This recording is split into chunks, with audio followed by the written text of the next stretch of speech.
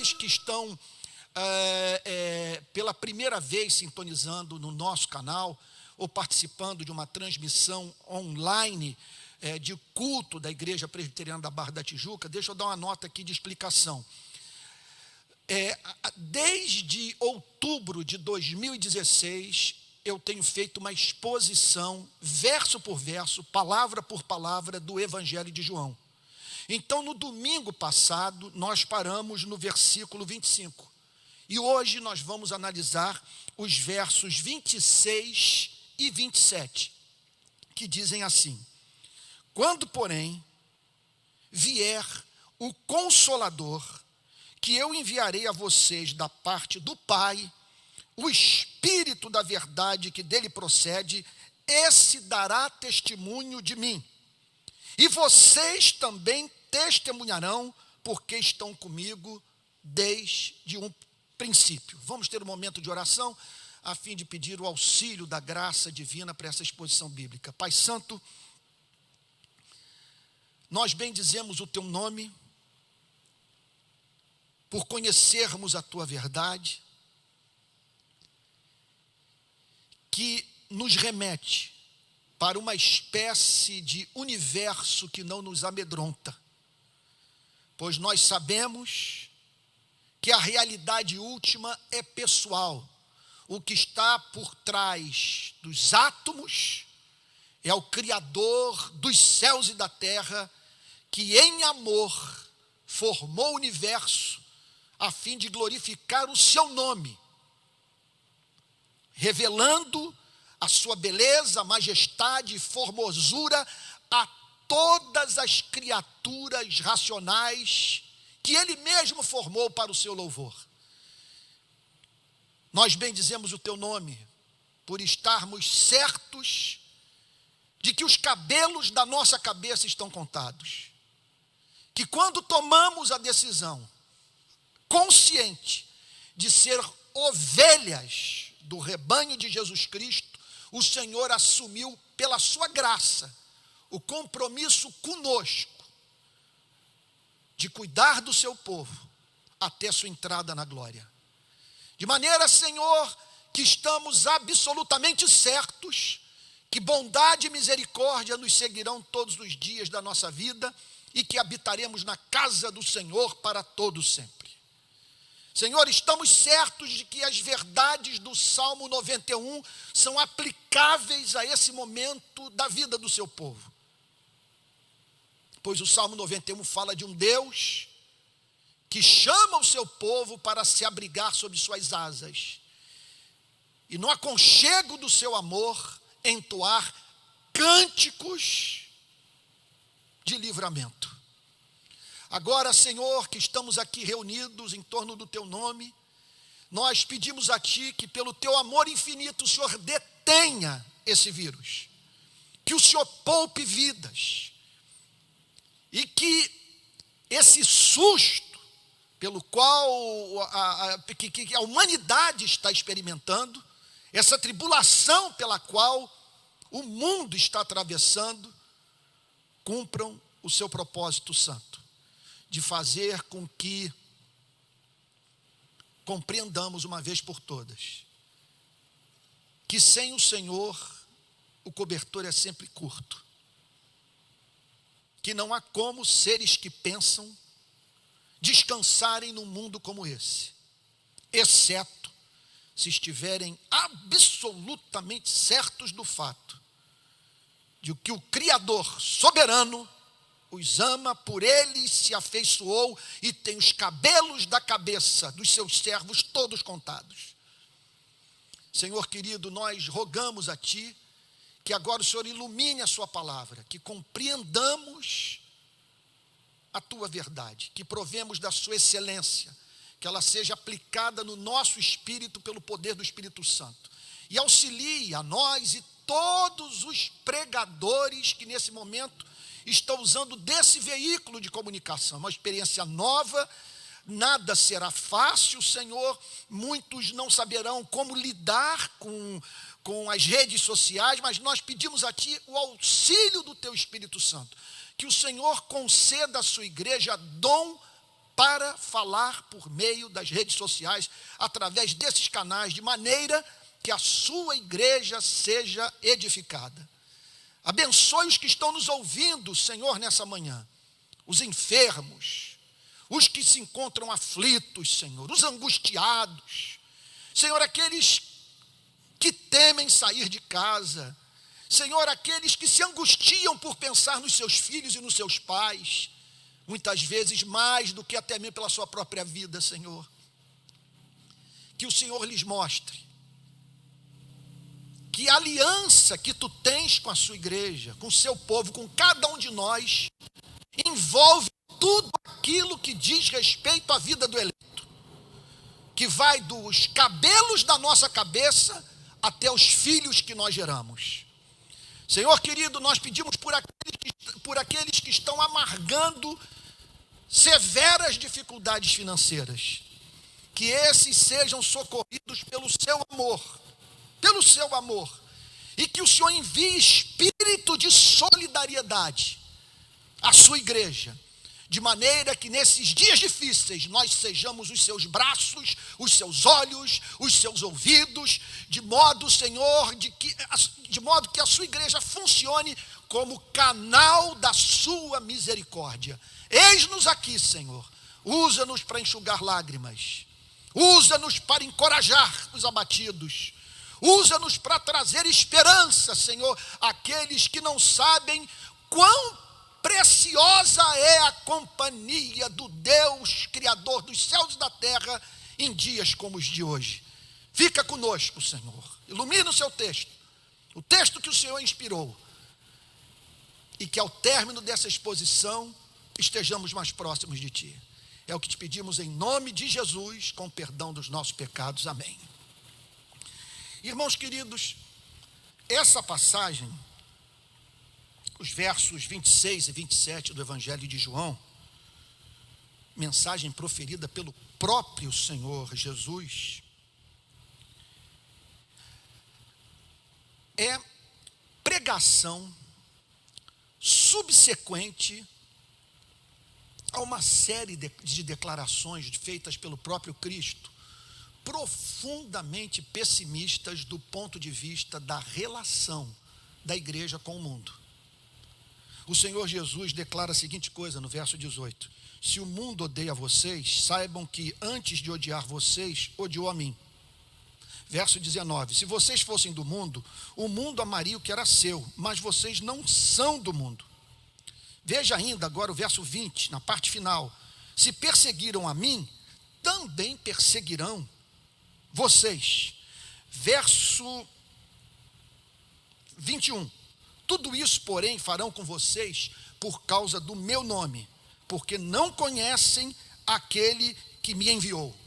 No verso 23, olha mais uma nota. Veja como que o Senhor Jesus está preparando os seus discípulos para aquilo que eles enfrentariam no campo missionário. Quem odeia a mim, verso 23, odeia também o meu Pai. Se eu não tivesse feito entre eles as obras que nenhum outro fez, eles não teriam nenhum pecado, mas agora não somente viram, como também odiaram tanto a mim como o meu Pai. Isso, porém, é para que se cumpra a palavra escrita na lei deles: odiaram-me sem motivo. A descrição do quadro é de fazer a igreja desabar, desmoronar de joelhos. Porque ele está dizendo o seguinte: olhem para o tratamento que eu recebi.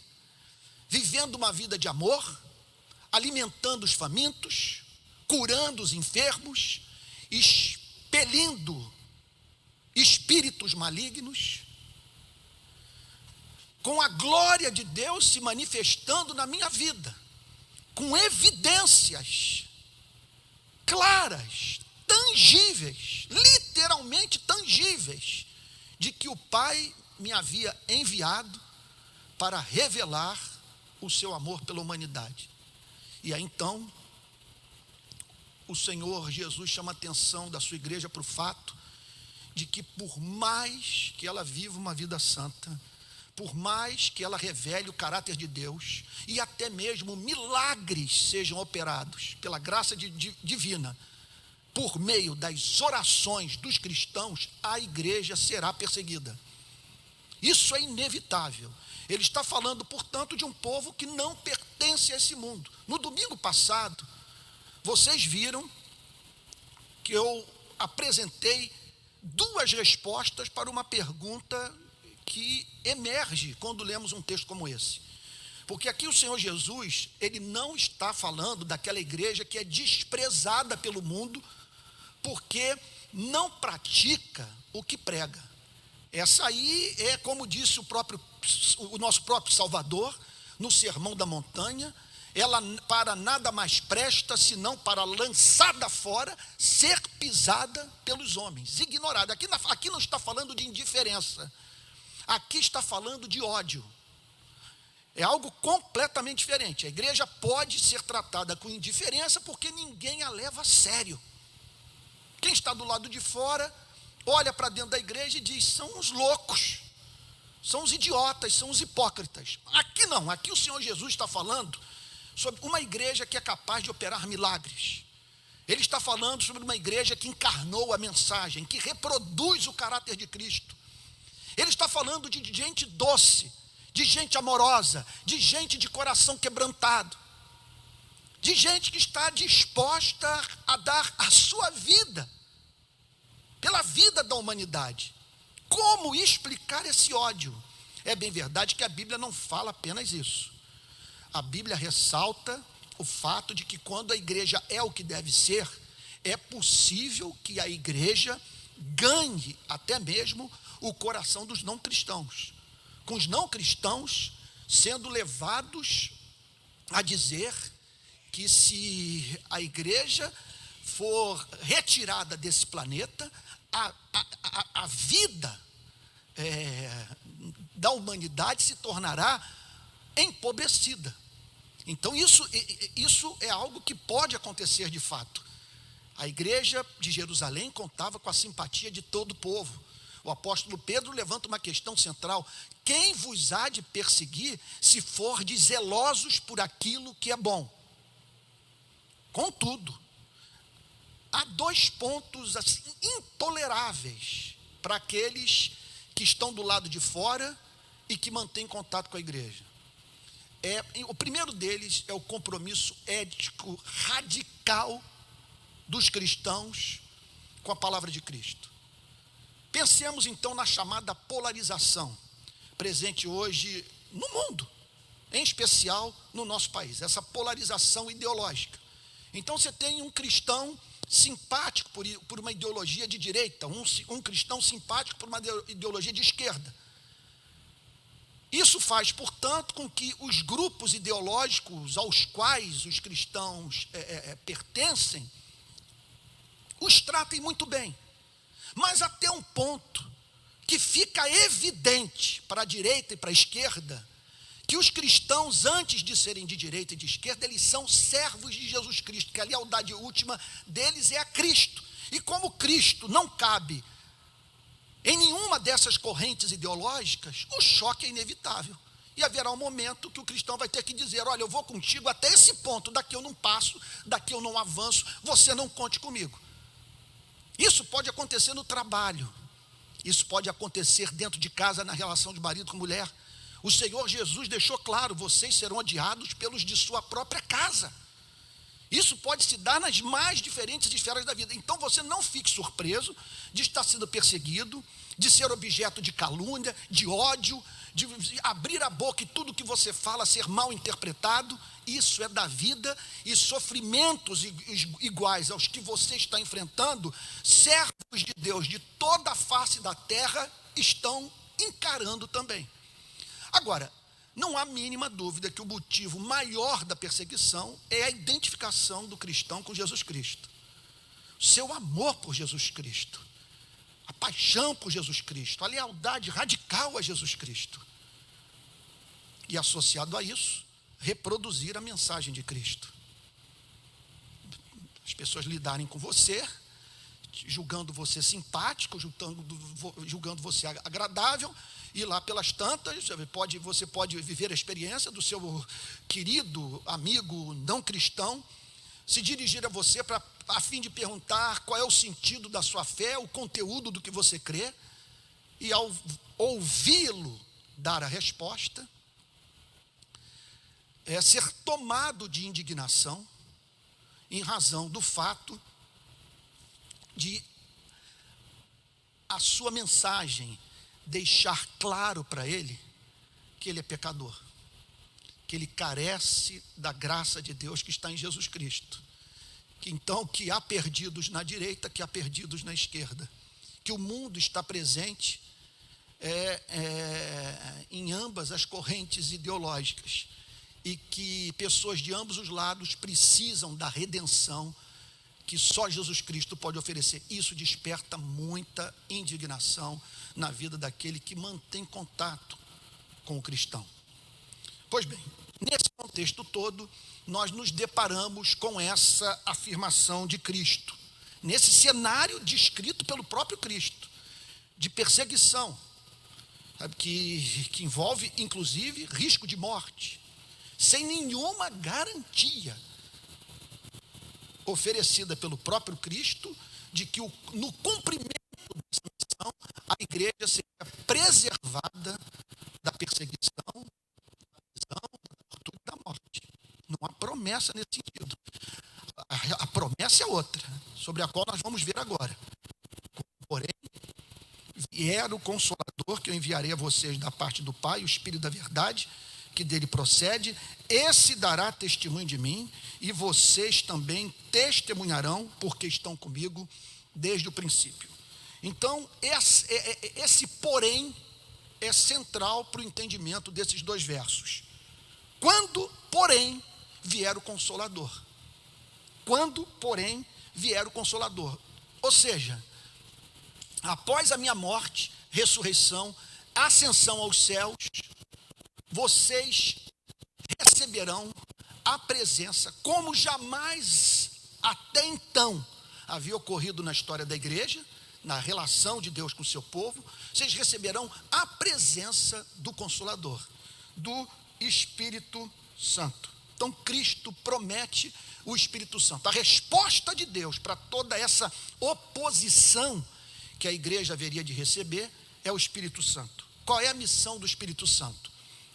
Nessa passagem, nós nos deparamos com pelo menos 3 missões.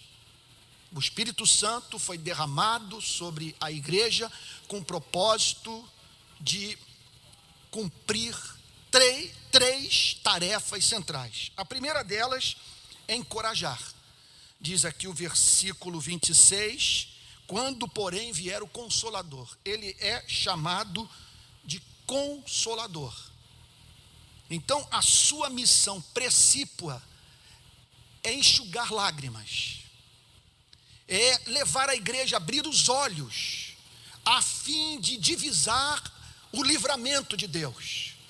Ela é estar cônscia pelo Espírito Santo de que nunca está sozinha no cumprimento da obra missionária, que ela tem a companhia dos anjos e a assistência do próprio Espírito, e aquilo que Deus promete ao seu povo excede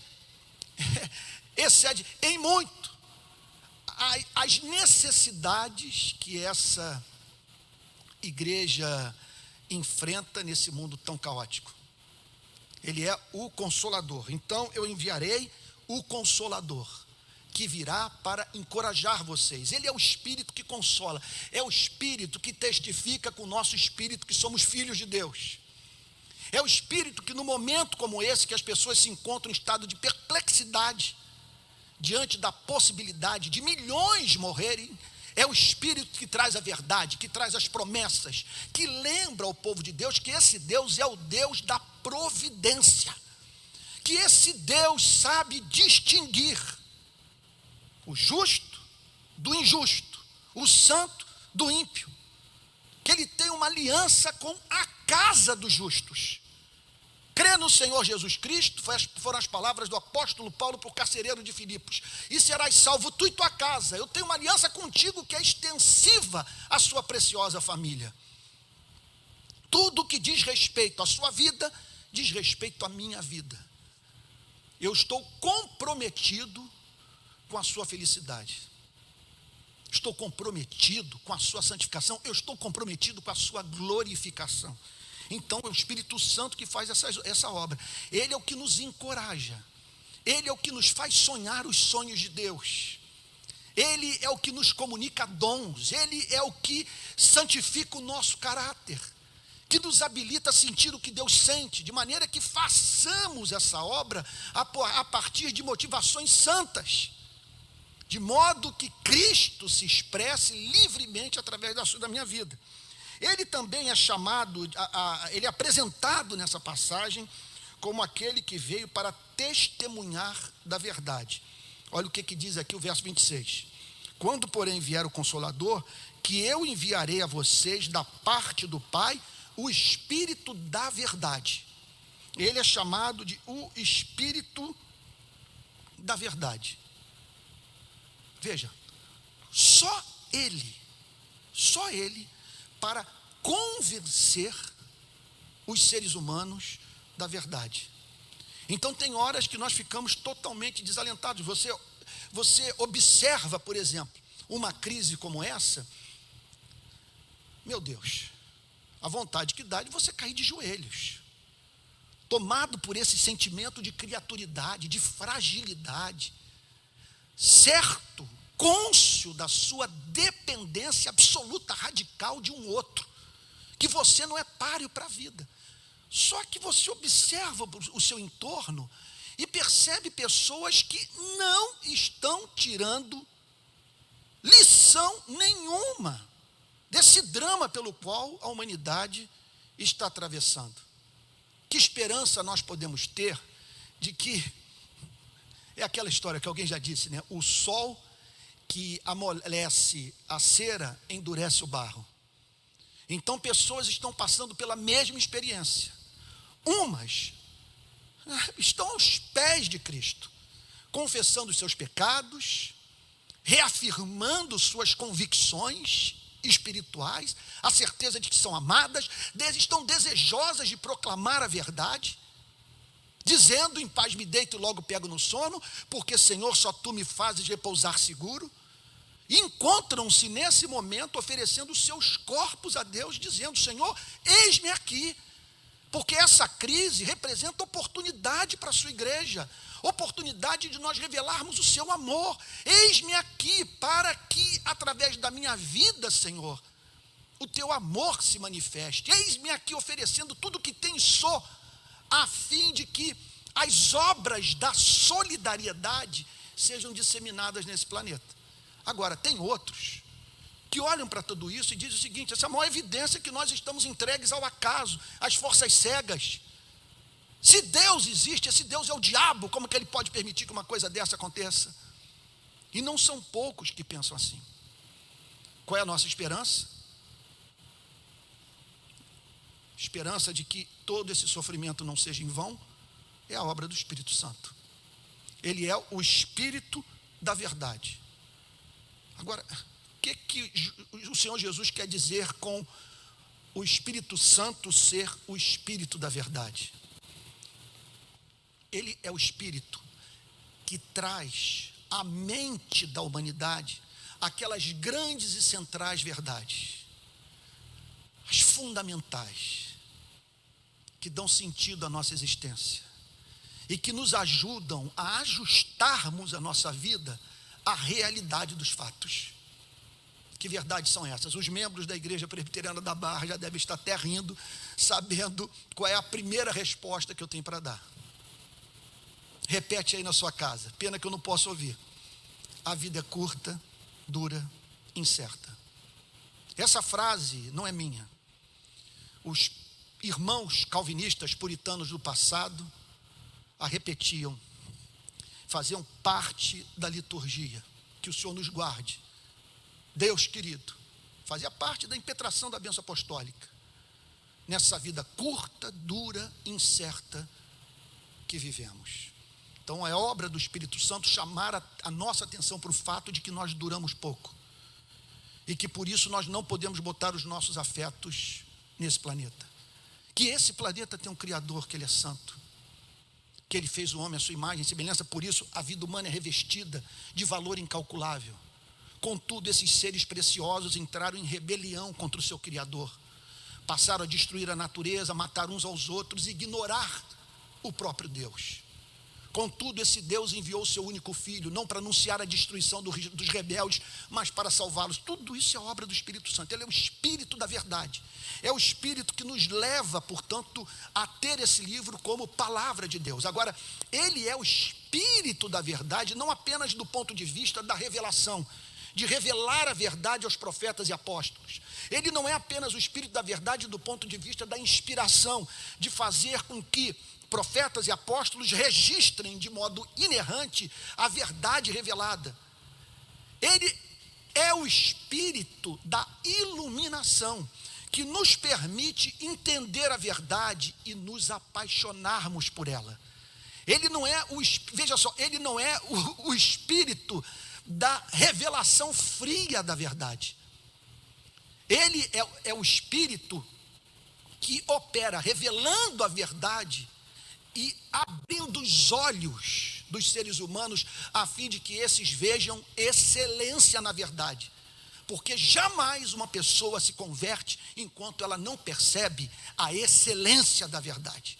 Como que essa história de que Deus, em amor desesperado por você e por mim, enviou o seu único filho para morrer pelos nossos pecados, como que isso é lindo, infinitamente lindo, profundamente comovente, encantador, de maneira que quando você se depara com algo tão excelso, ainda que você não disponha de evidências arqueológicas, manuscritológicas, ainda que você não tenha na sua vida tido acesso às obras dos grandes apologistas do passado e do presente, pelo contato com o texto, e essa experiência de índios, essa experiência do campo missionário na África, na Ásia, onde for, essas pessoas não têm acesso a essas informações. Como que elas são convencidas de que Jesus Cristo é o caminho, a verdade e a vida? Pela obra do Espírito Santo, que faz com que elas entendam a verdade e se deleitem na verdade. E por fim, o Espírito Santo, além de ser aquele que veio para encorajar, aquele que veio para batizar, para selar, para testificar, ele é o Espírito da verdade. Ele é o Espírito, portanto, que dissemina a verdade, toda e qualquer espécie de verdade, em especial as verdades referentes à pessoa bendita de Jesus Cristo. Agora, em terceiro e último lugar, é a missão do Espírito Santo auxiliar a igreja na obra missionária. O texto termina dizendo assim: e vocês também testemunharão, porque estão comigo desde o princípio. É interessante isso. Vocês testemunharão, vocês serão tomados pela compulsão de pregar. Vocês viverão a experiência do Espírito Santo. O Espírito Santo conhece o plano do Pai, tem contato com a minha excelência. Por isso a sua missão precípua nesse planeta é falar a meu respeito. Porque a grande verdade que o Espírito Santo tem a comunicar é que Deus amou o mundo de tal maneira que deu seu Filho unigênito para que todo aquele que nele crê não pereça, mas tenha a vida eterna.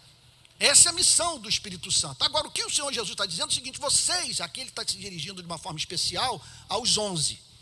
Àquela altura, Judas já havia saído, deixado os discípulos e a Cristo, a fim de entregar Jesus Cristo para os seus algozes. Então Jesus está ali se dirigindo para os 11, dizendo o seguinte: vocês viram os milagres, vocês testemunharam a manifestação da minha glória, tiveram contato com a verdade proclamada pelo Pai através de mim, com evidências incontestáveis de que Deus estava botando selo sobre aquilo que eu ensinava. Vocês estão comigo desde o início. É como alguém já disse, né? Ninguém jamais fez um seminário teológico como esse. 3 anos de imersão na boa teologia, veja só, mas não lendo livros, mas vendo a verdade encarnada, testemunhando a verdade, sentindo o cheiro da verdade, tocando na verdade. E Jesus vira-se para eles e diz que esse essa formação acadêmica invejável não era suficiente para o campo missionário, para esse mundo louco que a igreja teria que enfrentar.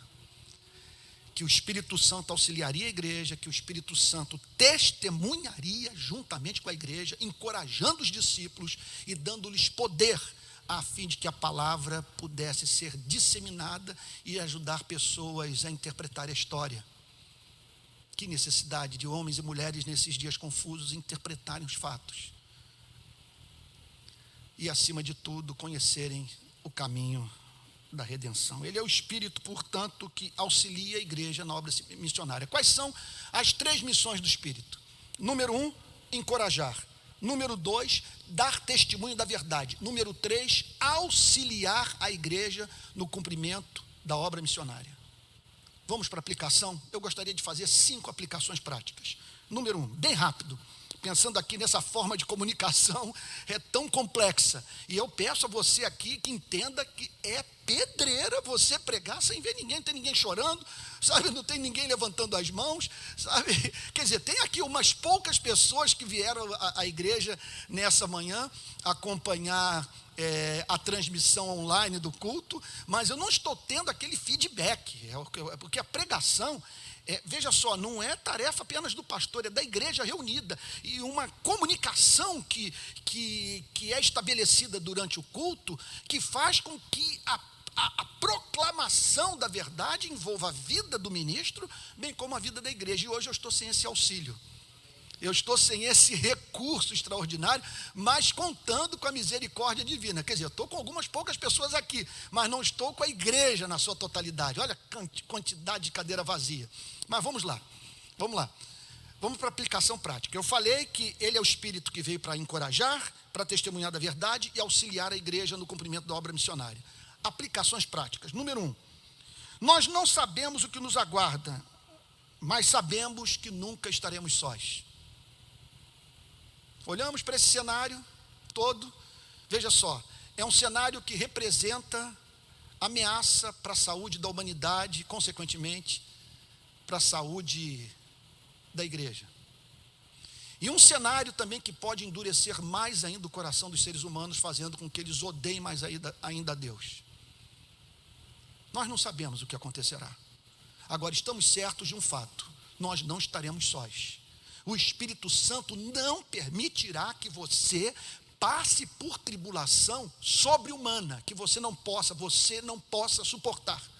E ele vai auxiliá-lo a cada passo, a fim de que você, nesses dias de tantas dúvidas que emergem na cabeça dos seres humanos, oferecer aquela resposta sábia, prudente, doce, como diz a Bíblia, temperada com sal. Segunda aplicação prática: busque o Espírito Santo. Aproveite esses dias que você vai ficar em casa para buscar o batismo com o Espírito Santo.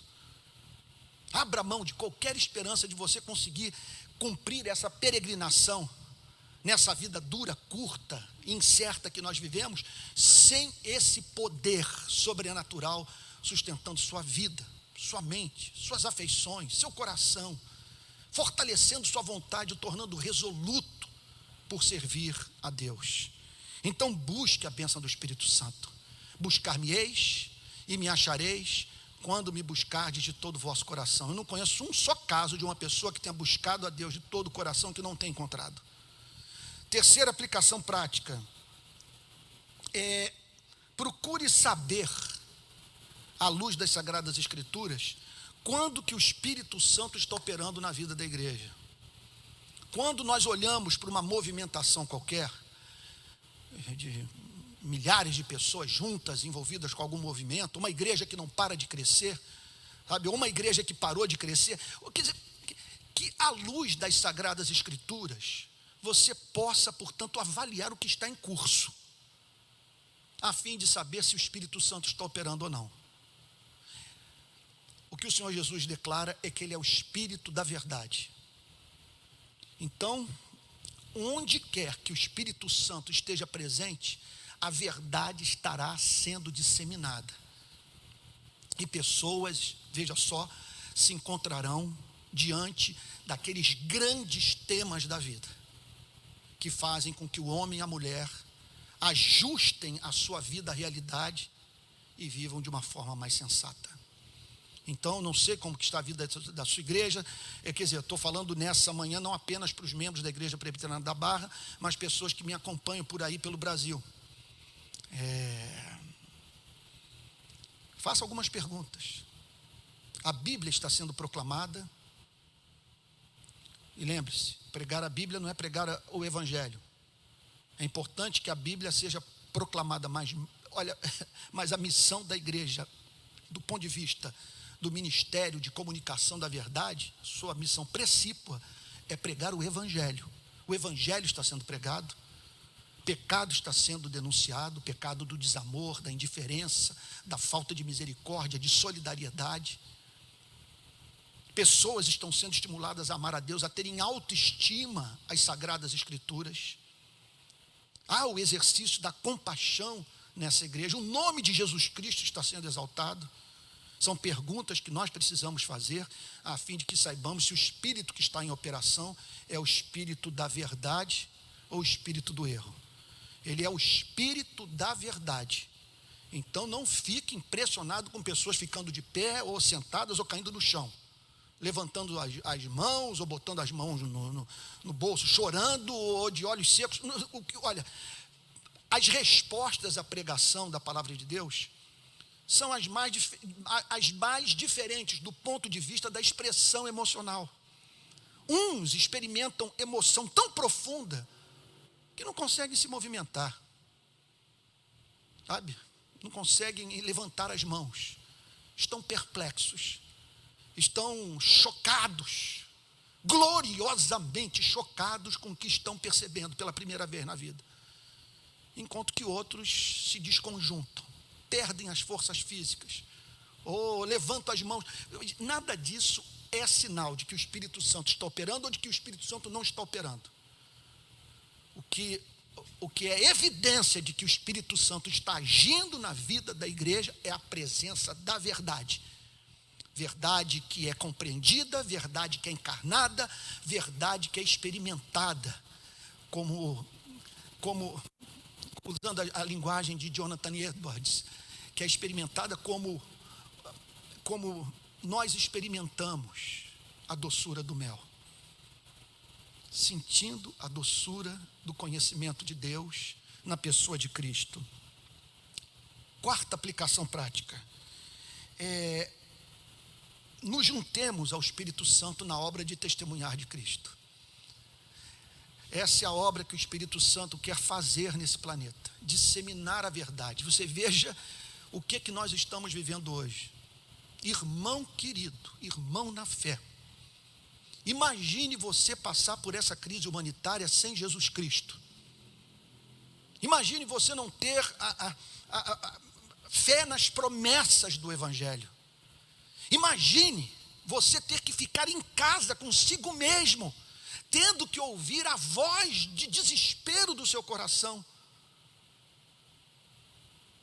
emocionalmente arruinado pelo fato de não ter mais distração na vida. Como diz Blaise Pascal, o problema do homem sem Deus é que ele não consegue ficar em casa dentro do seu quarto. Porque se ele ficar em casa dentro do seu quarto, ele vai ter que se ouvir. E aquilo que o seu espírito tem a lhe dizer é desesperador. Diferente do cristão. Pois o cristão pode dizer para si mesmo: porque estás abatido a minha alma, porque te perturbas dentro de mim, espera em Deus, pois ainda o louvarei. Então, esse quadro todo, olha para o que está acontecendo na Itália, as ruas vazias, as pessoas trancadas dentro de casa. Ontem eu vi um jornal italiano sendo folheado na seção ali do obituário, a quantidade de gente morta, a maioria homens e mulheres idosos. Nós temos que nos juntar ao Espírito Santo para nesses dias, com sabedoria, com doçura, com bom senso, apresentarmos àqueles que não conhecem a Cristo a razão da nossa esperança. E a última aplicação prática é que reafirmemos a nossa fé, reafirmemos às vezes eu escrevo esboço, nem eu entendo minha letra. Minha letra é um horror. Aí eu olho para cá, a impressão que eu tenho quando eu olho para o meu sermão é que eu escrevi em línguas estranhas. Embora não fale em línguas estranhas, parece que eu tenho a capacidade de escrever em mistério pentecostal. Aí eu estou olhando aqui agora o quinto ponto, a quinta aplicação. O que eu escrevi aqui? Agora eu já entendi o que foi que eu escrevi. Escrevi o seguinte, que nós temos que reafirmar a nossa fé na Trindade, porque esse texto é um texto trinitário. E esse é o fundamento maior. Todo edifício teológico do cristianismo está estribado no fundamento da Trindade. Deus Pai, Deus Filho e Deus Espírito Santo. O único Deus que subsiste em 3 pessoas. Aqui nós vemos o Pai enviando o Espírito e o Senhor Jesus Cristo. Aqui nós vemos o Espírito Santo procedendo do Pai e sendo enviado por Jesus Cristo para fortalecer a igreja. E aqui nós vemos Jesus Cristo enviando o Espírito, instruindo a igreja e se preparando para dentro de poucas horas dar a sua vida pelo seu povo. Portanto, que Deus chame, que você se permita ser chamado por Deus para adorar o Deus Pai, o Deus Filho, o Deus Espírito Santo. Adorar esse Deus Pai, que na eternidade decretou a sua salvação. Adorar o Deus Filho, que assumiu o compromisso na eternidade de dar a vida por você. E adorar o Deus Espírito Santo, que nesse momento está aí ao seu lado, o fortalecendo, o alimentando, o encorajando, abrindo o seu entendimento. O Espírito Santo que fez com que um dia as escamas caíssem dos seus olhos e você contemplasse a glória do Evangelho. Então os dias são difíceis e eu sou grato a Deus por ter, pelo seu governo providencial, permitido que a pregação de hoje, o texto que haveria de servir de base para a pregação de hoje, fosse um texto tão intimamente relacionado com esse período difícil pelo qual a igreja está atravessando, juntamente com os demais seres humanos, que devem ser objeto do nosso amor. Aqui está a resposta de Cristo para você e para mim nesses dias. Quando, porém, vier o Consolador, que já veio e está entre nós, que eu enviarei a vocês da parte do Pai, o Espírito da verdade, que dele procede, esse dará testemunho de mim. E vocês também testemunharão, porque estão comigo desde o princípio. Martin Lloyd Jones diz a seguinte coisa: quando um homem ou uma mulher se convertem, eles não recebem tudo de uma só vez, todas as bênçãos espirituais que poderiam receber no momento da conversão. Algumas bênçãos são recebidas de modo instantâneo e outras são alcançadas no decorrer do tempo da relação do crente com o seu Criador. Então, quando nos convertemos, somos justificados. Não há ninguém mais justificado do que outro. Todos somos igualmente perdoados. Todos somos habitação do Espírito Santo. Todos fomos regenerados. Todos fomos adotados na família de Deus. Todos estamos em processo de santificação. Todos passamos por uma obra de transformação. Não somos mais o que um dia fomos. Contudo, uns frutificam a 30, outros a 60, outros a 100 por um. E Deus nos chama para, com santa obsessão, procurarmos alcançar a estatura de Cristo, nos tornando assim, portanto, parecidos com Ele, expressando o seu caráter. Meu Deus, que o Espírito Santo gere essa ambição no seu coração.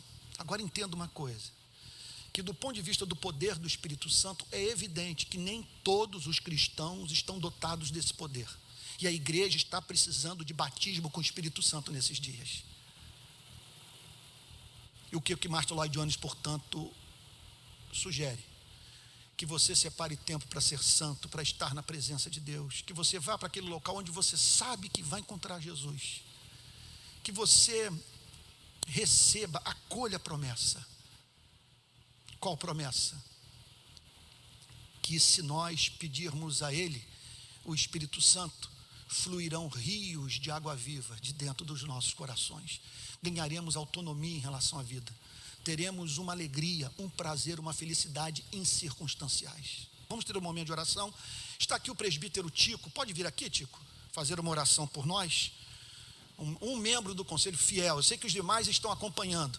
Vou pedir para o Tico, para fazer uma oração. É especialista aqui, a área dele é astrofísica. Eu vou pedir para que ele ore por nós, para que o Deus criador de Andrômeda e da Via Láctea, esse Deus corra a sua igreja, batize com o Espírito Santo, coragem e ajude a ser testemunho do Evangelho nos dias de angústia e perplexidade entre as nações. Então vem cá, querido. Você pode orar então. Senhor Deus, obrigado.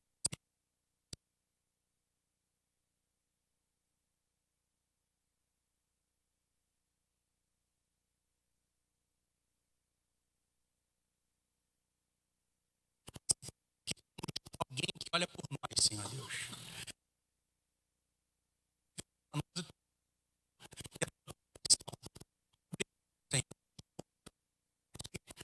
Colocar, Senhor Deus, esse culto.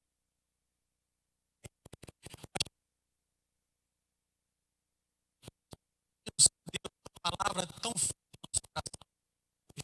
Obrigado, Senhor Deus, pela companhia. Obrigado, Senhor Deus, por tudo que tem feito a obra através do teu Espírito, Senhor Deus, em nossas vidas e em nossas igrejas, Senhor Deus. Nesse momento em que o teu Espírito, Senhor Deus, nos oriente o que devemos fazer. Que o teu Espírito, Senhor Deus, venha encher a tua igreja, encher a cada um de nós, Senhor Deus, a fim de que reflitamos, Senhor Deus, a fim de que possamos transmitir aos outros aquele amor que tu tens dado, Senhor Deus, a partir do derramamento do teu Espírito. Sela-nos, Senhor Deus, com o teu amor, com o teu Espírito, Senhor Deus. Enche-nos com o teu Espírito para que sejamos testemunhas tuas, Senhor. E agora, Senhor Deus, eu te peço que tu estejas em cada lar, Senhor Deus, que recebe essa transmissão, Senhor Deus, que a tua palavra, Senhor Deus, caiba em nosso coração, Senhor Deus. Que esteja, Senhor Deus, entrando, Senhor Deus, na nossa vida e preenchendo aquele local que estava vazio, Senhor. Senhor Deus, que a tua palavra, Senhor Deus, frutifique, Senhor Deus, e que nós saiamos desse dia, Senhor Deus, tão especial, aqueles que nós nos encontrarmos pela rua, que nós proclamemos o teu evangelho, Pai. Tem misericórdia de nós, Senhor Deus. Tem misericórdia da tua igreja. Tem misericórdia, Senhor Deus, dos dias que passamos, Senhor Deus. Dá-nos orientação vinda do alto. É o que eu te peço, Senhor Deus, e te agradeço com perdão dos nossos pecados, em nome de Cristo Jesus. Amém.